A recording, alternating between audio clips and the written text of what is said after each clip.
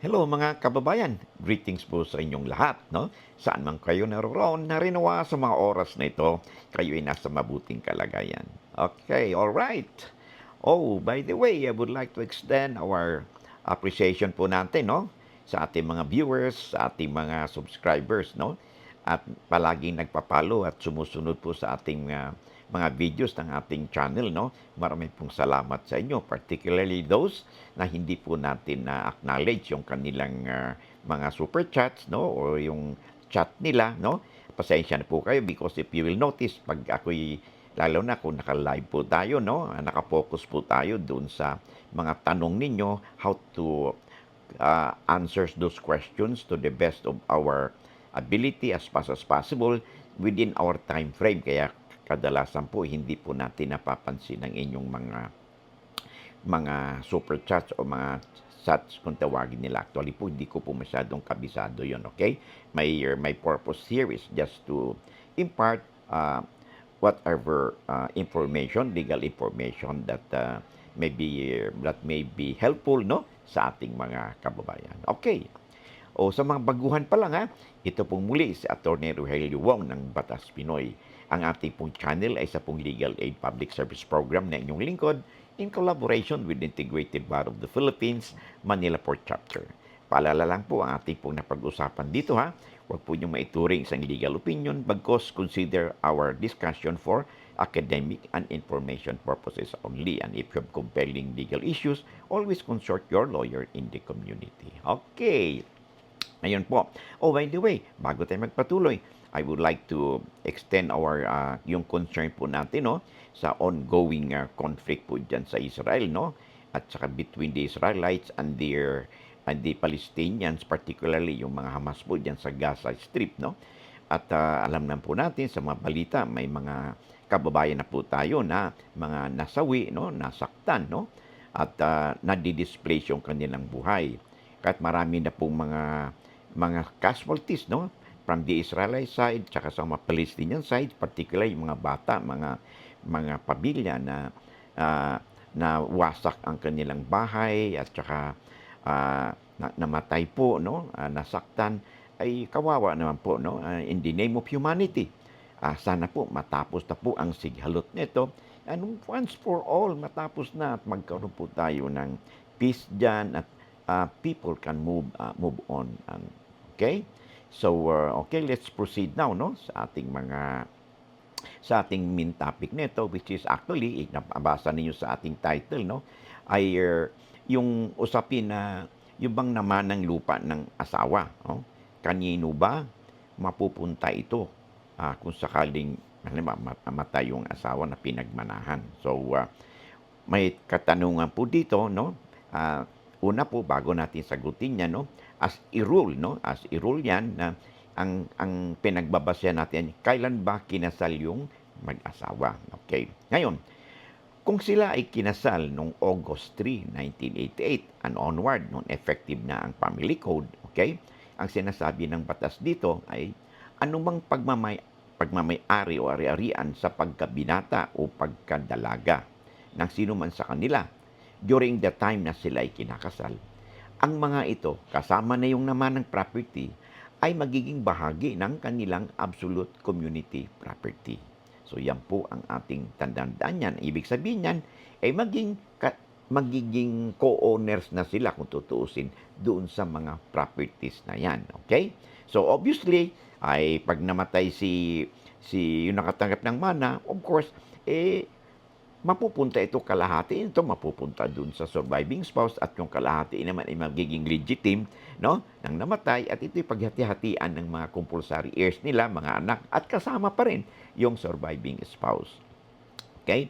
So yun po ang ating tatandaan. Whereas bago sila nag-asawa, halimbawa kung effective pa yung ating civil code, no, hinggil sa usaping ito, ay ano pang pag-aari nila na before the marriage, no, will not be included in their conjugal property of the husband or the capital of the husband or it will remain as paraphernal property of the wife. That is during the time of the civil code na hindi pa effective yung ating family code. Now, merong nagtatanong sa atin, halimbawa, magulang. Sabi nila, paano ba na gusto kong ah, bigyan yung aking anak, okay? Nang iwanan ko siya ng bahay or apartment, okay? Gusto ko na ay sa kanya lang ibibigay at hindi sa mag-asawa, sa anak ko lang, okay? Puwede ba ito at kanino ba ito mapupunta, okay? Well, obviously po 'no, sa ating family code at sinasabi naman diyan, any property na namana, okay, namana or dinonate 'no, or natanggap ng sino man sa mag-asawa by gratuitous title, ibig sabihin libre po 'yun 'no, ay mapupunta ito doon sa nakatanggap na asawa at hindi ito maging bahagi ng kanilang absolute community property. Okay?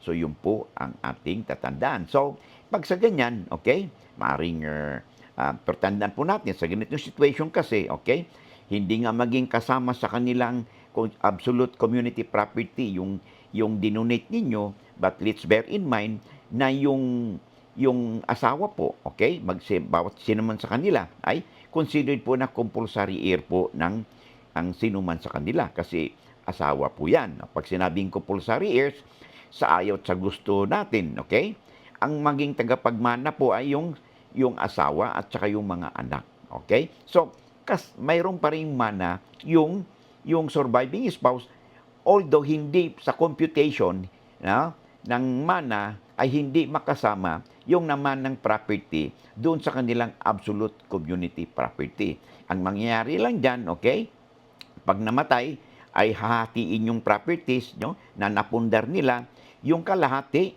ay mapupunta doon sa surviving spouse, no? As yung conjugal share niya. Yung natirang kalahati, kasama na doon yung natanggap na property na by way of donation, no? O naman na ay magiging legitimate at equally divided yan sa mga anak at sa surviving spouse, no? Ayon sa ating civil code, okay? So yan po ang ating tatandaan. Now, meron po nagtanong sa atin, gusto ko ibigay yung property ko sa anak ko lang, ni ayaw kong makinabang dito yung ibang tao, lalo na pag nawala na po ang aking anak. So ano daw gagawin nila? Maaari po kayong gumawa ng deed of donation at maglagay po kayo ng excuse me, ang terms and condition doon, kung kanino ba mapupunta ang property, paano ba gagamitin ito, okay? At kung sakali mang nagka-default na hindi po pwede yung inyong anak o yung donee, ay sino ba ang tatanggap nito? So, in this case, masusunod po ang inyong kagustuhan dyan, no? I understand the sensitivity and the feelings of some parents, no? Na gusto naman nila na yung properties nila kung sakali man ibigay sa anak at mawala si anak, ang makikinabang po nito ay kung hindi man yung anak nila ay yung kanilang mga apo. Okay? So, hanggang dito na lang muna tayo, no? So, I hope ito pong ang ating natalakay dito ay dagdag na kaalaman, no? At sabi natin lagi, no, sa ating mantra, lamang ka na pag may alam ka sa batas. Okay? So, wag po niyong kalimutan, paki-subscribe, no? Sa hindi pa nag-subscribe, paki-like po at paki-share po ang ating mga videos upang sa ganon, sa inyong mga kaibigan, kamag-anak, upang sa ganon, sila po ay may pagkakataon na mabahagi natin, no, ang ating napag-usapan dito, no, at may mapupulot sila because maring ang napag-usapan natin dito would be applicable sa kanila, no? Kung di man ngayon, ay maybe in the future. Okay? So hanggang dito lang muna tayo at maraming salamat sa inyong pagtangkilik and see you in the next video.